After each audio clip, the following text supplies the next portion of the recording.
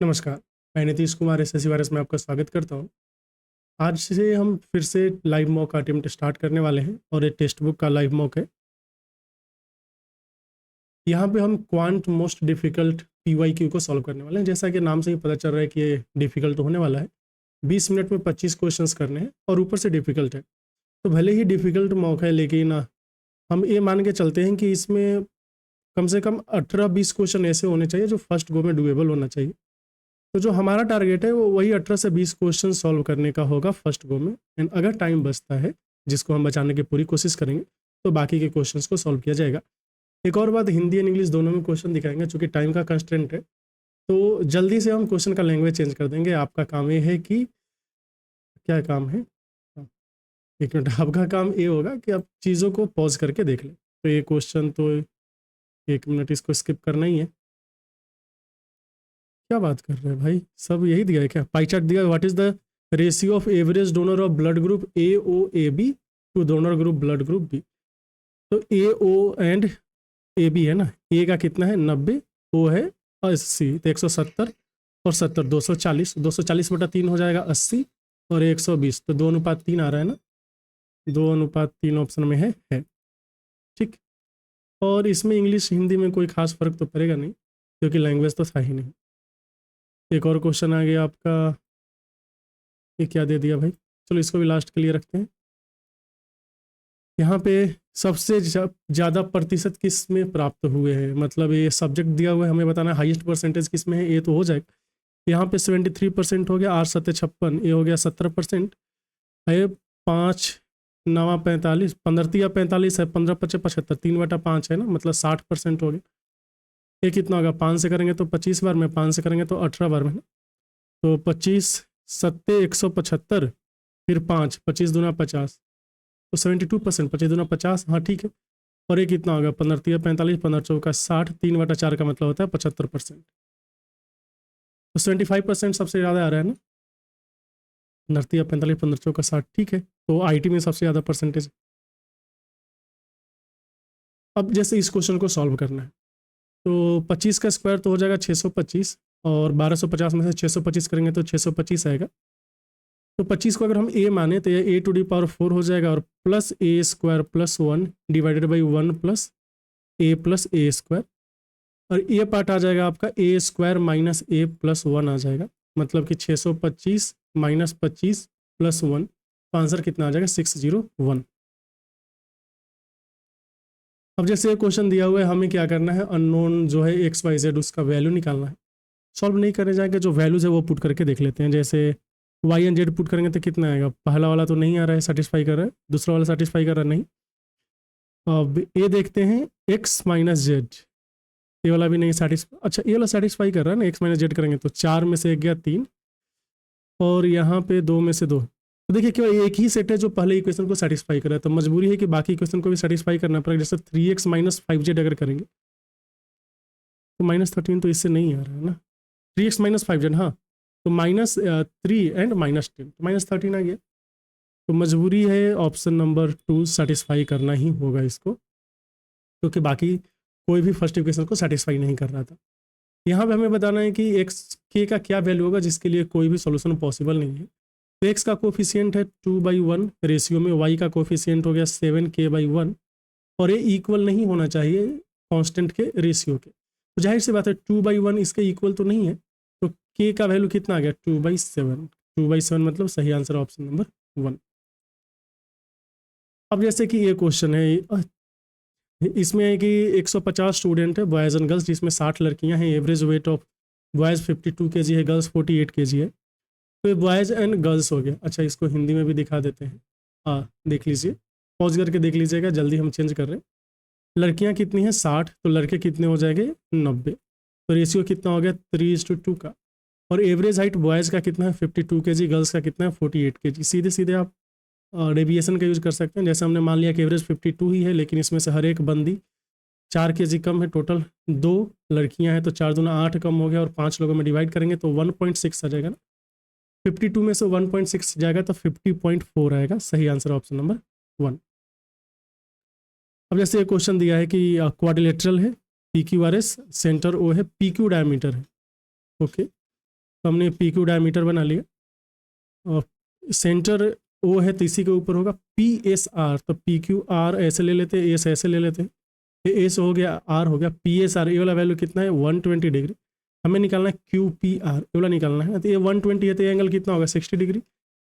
देखिए ये जो एंगल है आपका क्या होगा, एंगल इन सेमी सर्कल, तो 90 डिग्री होगा, तो मजबूरी है इसको कितना होना पड़ेगा 30 डिग्री। अगर आप हिंदी में क्वेश्चन देखना चाहें तो देख लीजिए 30 डिग्री इसका आंसर होगा। अब जैसे ये क्वेश्चन दिया हुआ है, इसमें दो सर्कल है जिसका सेंटर पी एन क्यू है, जो सी एंड डी पे इंटरसेक्ट करते हैं। ए बी जो है दोनों का टेंजेंट है या फिर स्पर्श रेखा है, यदि ए डी बी का वैल्यू 68 डिग्री है, ए डी बी ये वाला हो गया 68 डिग्री। हमें निकालना क्या है, ए सी भी निकालना है ना। तो आपको ये पता होना चाहिए इन दोनों एंगल को जब जोड़ते हैं तो 180 डिग्री होता है, तो जाहिर सी बात है कितना होगा 112 डिग्री। अब ये कैसे होता है, ये 20 मिनट के डिस्कशन में तो हम आपको नहीं बता सकते हैं, लेकिन ये दोनों का योग 180 डिग्री होता है। और सेलफोन जो है 600 रुपये में अवेलेबल है, या 300 कैश डाउन पेमेंट करके 360 रुपीज़ 2 महीने के बाद पे कर दीजिए।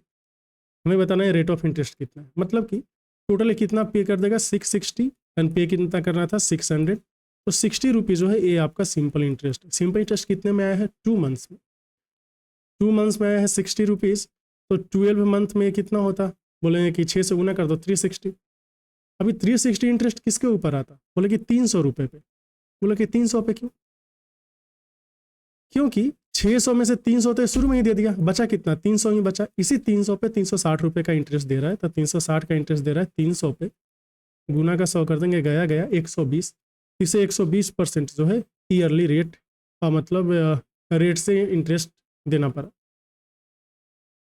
यहाँ पे है कि ratio of circumference and diameter circle का 22:7 है। ये तो होता ही है, इसमें नया बात क्या है। डायमीटर का वैल्यू सर्कमफ्रेंस 33 डिग्री है, तो रेडियस कितना होगा। ये बोल रहा है कि 22 यूनिट का वैल्यू जो है वो कितना है 33, और तो 2 यूनिट का वैल्यू कितना हो जाएगा 3।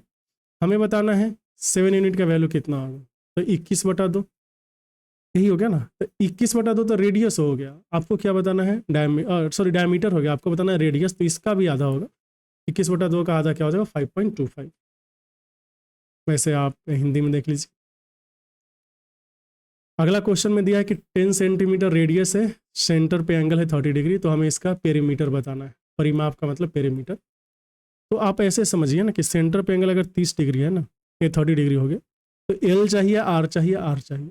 एल होता है कितना पाई आर थीटा बटा 180 डिग्री, तो पाई का मतलब 3.14 दिया है इन्होंने। रेडियस कितना है 10 एंड थीटा कितना है 30 डिवाइडेड बाई 180 डिग्री। 30 से 6 बार में चला जाएगा, तो कितना है 31.4 को 6 से डिवाइड करना है, तो कितना आ जाएगा 6 × 30.6 दूना 12, 5.2 आ गया। और ये 10 का डबल कितना आ जाएगा 20, क्योंकि 2 रेडियस भी तो जोड़ना है, तो 20 और 10, 20 × 5 = 25.2। ये सही आंसर आ रहा है। वैसे हिंदी में क्वेश्चन था पहले से, आपने देख लिया होगा।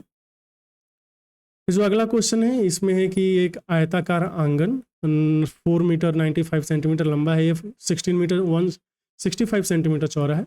वर्गाकार टाइल्स बिछाना है, तो नंबर ऑफ टाइल्स कितने होंगे, हमें नंबर ऑफ टाइल्स बताना है। तो एक हो गया 495 सेंटीमीटर, एक हो गया 1665 सेंटीमीटर। हमें इसका SCF लेना पड़ेगा। 495 को हम क्या लिख सकते हैं, 5 से करेंगे तो 5 × 45, 5 × 45 मतलब 5 × 9 × 11 आ रहा है। 11 से कटेगा 6 × 7, 11 से तो नहीं कट रहा है, तो हमें देखना होगा 9 से कट रहा है क्या। 6 × 5 11 और 7 18, 9 से कट रहा है। इसका मतलब 45 से भी कटेगा, क्योंकि यूनिट डिजिट है 5, तो 5 से कट ही रहा है। तो हमें पता चल गया कि इसका जो SCF होगा ना दोस्त, SCF कितना आ रहा है 45 आ रहा है। तो यहाँ पे कितने टाइल्स लगेंगे, देखिए आपको ये देखना है कि 495 को 1665 से गुना करके 45 एंड 45 से डिवाइड करना है। 45 से करेंगे तो कितनी बार में चला जाएगा, 11 बार में चला जाएगा। यहाँ पे करेंगे तो 45 को 4 बार में कीजिए तो आ जाएगा कितना 180 ना, 180 आ जाएगा। तो 3 बार में करेंगे तो 135 आ जाएगा, तो 135 आ गया, तो पीछे आएगा कि 31, तो फिर 7 बार में ना, 7 बार में। तो 11 को 37 से गुना करेगा, 11 × 7 = 77, 33 × 7 = 40, 407 टाइल्स लगेंगे। इसमें हमने ज़्यादा टाइम दे दिया, कोई बात नहीं। तो अगला क्वेश्चन है आपका कि कौन आपका 11 से डिविजिबल नहीं है। तो 5 4 9 5 4 9 ये डिविजिबल हो गया। 8 1 9 4 13, 13 में से 2 गया 11, ये भी डिविजिबल हो गया। ये वाला 8 1 9 9 4 13 13 में से 4 2 6 1 7 गया, 8 1 9 4 13 में से 1 मिनट 13 में से 3 गया ना, ये डिविजिबल नहीं है, नहीं डिविजिबल नहीं। यहाँ पे देख लेते हैं, 9 1 10 5 15 में से 3 गया, 4 गया, 15 में से 4 गया 11, मतलब कि जो नई डिविजिबल है वो है तीसरा। ये आपका 6 का मल्टीपल है, तो हमें बताना है कि y का मिनिमम वैल्यू क्या होगा। 6 का मल्टीपल सबसे पहले इवन है तो 2 से डिविजिबल है, अब हम केवल 3 से डिविजिबल चाहिए। 3 2 5 1 6 2 8 7 15, तो 15 प्लस y होना चाहिए 3 से डिविजिबल, तो y का मिनिमम वैल्यू आप क्या पुट कर सकते हैं, 0, क्योंकि 15 प्लस 0 0 15 आएगा, जो कि आपका ऑलरेडी 3 से डिविजिबल है। एक क्वेश्चन देख लीजिए कि आर एंड एस के बीच इलेक्शन हुआ है, जिसमें आर एंड एस के वोट, आर को एस का 110% वोट मिला है, वह एस को 770 वोट से हरा दिया, कोई भी वोट इनवैलिड नहीं है। टोटल कितने वोट पोल किए गए देख लेते हैं। अगर हम आर एंड एस को लेके चले तो अगर इसको 10 मिला है तो इसको 11 मिला है, तभी तो आर को 110% मिल गया। दोनों को ऐड करके कितना आ रहा है, 21, एंड दोनों का डिफरेंस कितना है, 1 यूनिट। इसी 1 यूनिट की वैल्यू क्वेश्चन में कितना दिया है, 770। 21 यूनिट की वैल्यू कितनी आ जाएगा, 0, 21 7 147 और 147 और 14 161, तो 16170 आ रहा है इसका। अब जैसे एक क्वेश्चन दिया हुआ है कि इसमें ट्रेडर जो है फॉलोइंग डिस्काउंट स्कीम देता है रेफ्रिजरेटर पे, तो हमें बताना है कौन सा स्कीम में सेलिंग प्राइस लोवेस्ट होगा। सेलिंग प्राइस लोवेस्ट का मतलब डिस्काउंट सबसे ज़्यादा होना चाहिए, तो 10 और 8%। सबसे पहले आप ये समझिए कि D1 plus D2 minus D1 D2 by 100 होता है नेट डिस्काउंट, इसी का यूज़ हम लोग कर रहे हैं। तो 10 8 18, 18 में से 0.8 गया तो ये आ जाएगा आपका 17.2। यहाँ पे 12 और 10 22, 22 में से 1.2 जाएगा, कितना आ जाएगा 20.8, और 12 का 2 छूट देंगे तो 12 दूना 24 में से 1.44 गया, मतलब कि 22.56, और यहाँ पे 20% का डिस्काउंट है, तो सबसे ज़्यादा डिस्काउंट यहीं पे मेरा 12% का दो, यही सही आंसर हो गया। ऑप्शन नंबर 3 है लास्ट में ना, समझ गए। अगला देखिए, अब एक बेईमान व्यापारी हैं जो किराने पे सामान को ऐसे बेचते हैं कि उन्हें वास्तविक वजन से 12% कम है, 10% का प्रॉफिट भी लेते हैं, तो नेट प्रॉफिट हमें बताना। तो आप ये देखिए, एक प्रॉफिट तो इनको नॉर्मली हो रहा है, जो सीना ठोक के वो 10% का प्रॉफिट ले रहे हैं, मतलब कॉस्ट एंड सेल में चले तो 10 का सामान है 11 में बेच रहे हैं। 12% कम बेचने का मतलब है कि ग्राहक को लगा, कह रहे देखो ना जो दुकानदार साहब है 100 ग्राम दे दिए, लेकिन एक्चुअली में 88 ग्राम ही देंगे, क्योंकि 12 ग्राम कम दे रहे हैं। 1 0 से 1 0 चला जाएगा, और 11 से 8 बार में चला जाएगा, 2 दूना तो 4 8 2 5 10, मतलब 4 का आइटम है 5 में बेच रहे हैं, तो इफेक्टिवली इन्हें 1/4 मतलब 25% का फ़ायदा हो रहा है। कहने को तो 10% का फ़ायदा हो रहा है, लेकिन एक्चुअली में 25% का फ़ायदा हुआ इनको। और ये क्वेश्चन नंबर 20 है, हिंदी ये हो गया और इंग्लिश हो गया। देखेंगे 120 रुपये का पेमेंट करना है, 10 5 और 2 रुपये के सिक्के से, टोटल 25 कॉइन यूज़ करने। तो बताना है कि नंबर ऑफ 10 रुपये के कॉइन कितने होंगे। तो देखिए 10x plus 5y plus 2z equal to होना चाहिए 120, और टोटल 25 सिक्के होने चाहिए, x plus y plus z equal to 25। तो हम सीधा ऑप्शन से चलेंगे। जाहिर सी बात है कि अगर हम ऑप्शन 10 लेके चले तो 10 के 100 हो जाएगा ना, फिर बचेगा आपके पास 5y प्लस 2z का वैल्यू 20 चाहिए, और y प्लस जेड का वैल्यू कितना चाहिए 15। तो ये वाला तो नहीं होगा, क्योंकि सब 2 रुपये का सिक्का भी ले लेंगे तो 30 हो जाएगा, तो ये ज़्यादा हो गया ना। तो 10 रुपये का अगर हम 8 सिक्का लेके चले तो कितना आ गया, 10 से 80। फिर हमें यहाँ पे चाहिए होगा 5y प्लस 2z का वैल्यू कितना 40 ना, 40 चाहिए होगा, और y प्लस जेड का वैल्यू कितना चाहिए, अब 17 चाहिए। तो कितना हो जाएगा, अच्छा 2y plus 2z equal to 34 आ गया ना। तो अगर माइनस करेंगे तो 3y equal to 6, y equal to 2 और z इक्वल टू 15। तो ये इफेक्टिवली चल रहा है ना, 15 दूना 30 10 40, हाँ चल रहा है, तो 8 एक्सेप्टेबल वैल्यू है। यहाँ पे ओके, चलिए इसको लास्ट के लिए रखेंगे। हिंदी इंग्लिश दोनों देख लेते हैं, ये इंग्लिश हिंदी हो गया, ये इंग्लिश हो गया। इसमें एक टैंक पाइप ए जो है 4 आवर्स में 6 आवर्स में फिल कर सकता है। 8 बजे पाइप ए को ओपन किया गया, कितना बजे will the tank be filled अगर पाइप बी को 9 बजे ओपन किया गया। तो ए हो गया, बी हो गया, ये 4 हो गया, ये 6 हो गया, टोटल 12 हो गया। इसका इफिशियंसी 3, इसका इफिशियंसी 2, तो ये 12 है। 12 फिल करना है। अगर ए को आपने 6 बजे और सॉरी 8 बजे ओपन किया है तो 9 बजे तक ये ऑलरेडी जो है 3 यूनिट फिल कर चुका था। उसके बाद ए एंड बी दोनों एक साथ चलेंगे तो 3 और 2 5 के इफिशियंसी से मान लेते हैं कि एन टाइम लगेगा। तो एन का वैल्यू कितना आ गया 9/5, जिसे आप बोलेंगे 1 + 4/5 गुना 60 कर दीजिए तो ये 12 और 48 हो गया। मतलब 1 घंटे 48 मिनट लगेंगे तो 10:48 में काम हो जाएगा। एंड अच्छा इस क्वेश्चन को सॉल्व करना है। कॉसेक इतना इतना तो कॉसेक सेक। अच्छा ऐसे केसेस में आंसर ये 0 0 ही आने चाहिए। कॉसेक 56 को लिख सकते हैं हम सेक 34 डिग्री, सेक एंड कॉस मिल के आ जाएगा 1। कॉस 59 एक कॉसेक 39 को 31 को हम लिख सकते हैं सेक 31 डिग्री, सर सेक 59 डिग्री ना, ये मिल के कितना आ गया 1, 1 - 1 क्या आ जाएगा 0। अब एक काम करना बंद ना कर दे। चलिए ये क्वेश्चन देखते हैं। अभी पेन का इशू आ गया। इसमें है अच्छा साइन 58 एंड कॉस 32 सेम होता है तो 3/5 हो जाएगा, plus cos 62 and sine 28 same होता है तो 2/5 हो गया। 3 + 2 5/5 क्या आ जाएगा 1। तो देखिए हमने बीच में क्वेश्चन को स्किप किया, बाद में जाके कुछ क्वेश्चंस डूएबल हमें मिले। अभी 7 tan थीटा का वैल्यू 3 है तो tan थीटा का वैल्यू कितना हो जाएगा, बोले कि 3/7। फिर हमें ये वैल्यू निकालना, ऊपर नीचे हम कॉस से डिवाइड कर देते हैं तो आ जाएगा 7 tan थीटा + 5, नीचे आ जाएगा 7 tan थीटा -2। 7 tan थीटा का वैल्यू 3 था, 3 + 5 कितना होता है 8 और 3 - 2 होता है 1, तो 8/1 को हम क्या लिख सकते हैं 8।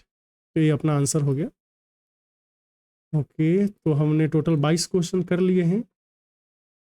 अब ये जो क्वेश्चन था देखिए 3 मिनट का समय बचा हुआ है। अब शुरू का 3 मिनट है, लास्ट के 3 मिनट को हमें सेम तरह से यूज करना सीखना है।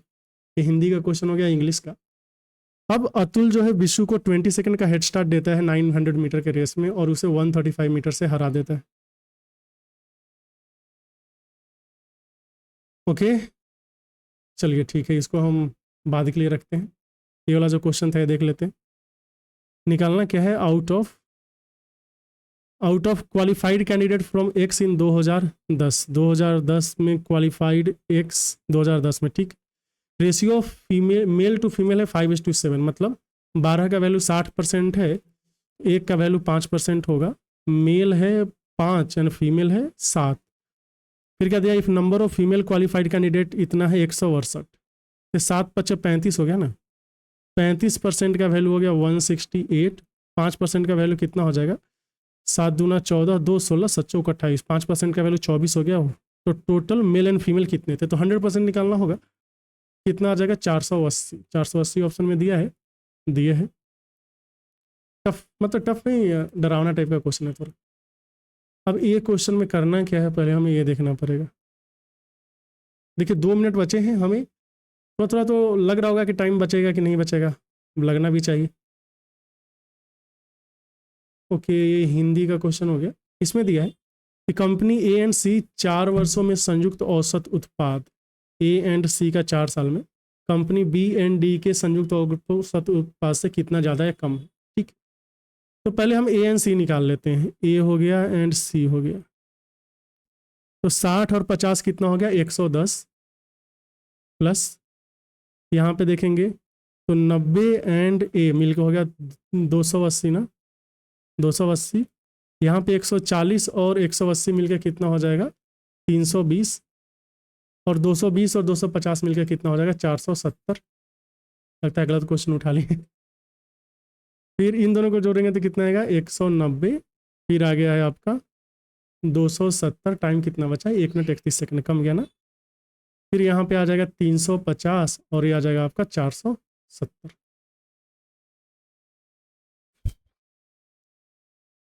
लग रहा है कैलकुलेशन में देरी होगा तो यही क्वेश्चन पे 1 मिनट 17 सेकंड दे देते हैं। आई गेस 1 मिनट 17 सेकंड में ये हो जाना चाहिए। तो अतुल विशु को हेड स्टार्ट देगा 20 सेकंड का 900 मीटर के रेस में, उसे 135 मीटर से हरा रहा है। तो ये अगर अतुल है, ये है विशु, तो अतुल 900 मीटर जाएगा एंड विशु 135 मीटर कम गया, मतलब 765 मीटर ही चले गए। While running the same race again, Atul अगर 189 मीटर का स्टार्ट दे उसे तो 8 सेकंड से हरा देता है।